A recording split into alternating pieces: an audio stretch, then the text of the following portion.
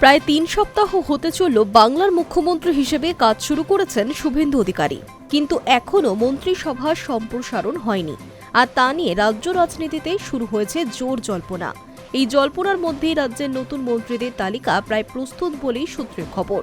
দফতর বন্টন নিয়ে ইতিমধ্যে একাধিক দফায় উচ্চ পর্যায়ের আলোচনা হয়েছে, সেখানেই মন্ত্রীদের নাম চূড়ান্ত করা হয়েছে বলে জানা যাচ্ছে।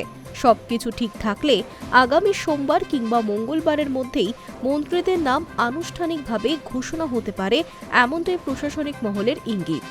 বিজেপি সূত্রে জানা গিয়েছে, আগামী ২৯শে মে দিল্লি থেকে গুরুত্বপূর্ণ অনুমোদন ও বার্তা আসার সম্ভাবনা রয়েছে।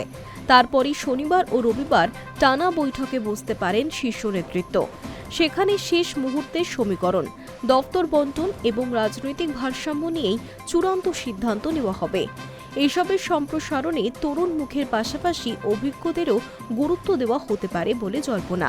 সংগঠন এবং প্রশাসনের মধ্যে সমন্বয় বাড়াতেই এই রদবদল বলে মনে করছে রাজনৈতিক মহল।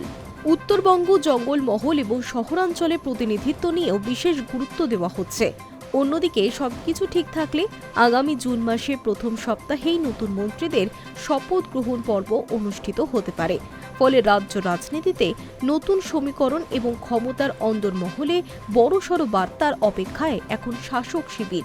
বলে রাখা প্রয়োজন, মানুষের রায়ে বাংলার মসনদে এখন বিজেপির সরকার। গত ৯ মে রবীন্দ্র জয়ন্তীর দিন ব্রিগেডের ময়দানে মুখ্যমন্ত্রী পদে শপথ নেন শুভেন্দু অধিকারী। তার সঙ্গেই মন্ত্রী হিসেবে শপথ নিয়েছেন অগ্নিমিত্রা পাল, দিলীপ ঘোষ, নিশীথ প্রামাণিক, ক্ষুদিরাম টুডু এবং অশোক কীর্তনিয়া।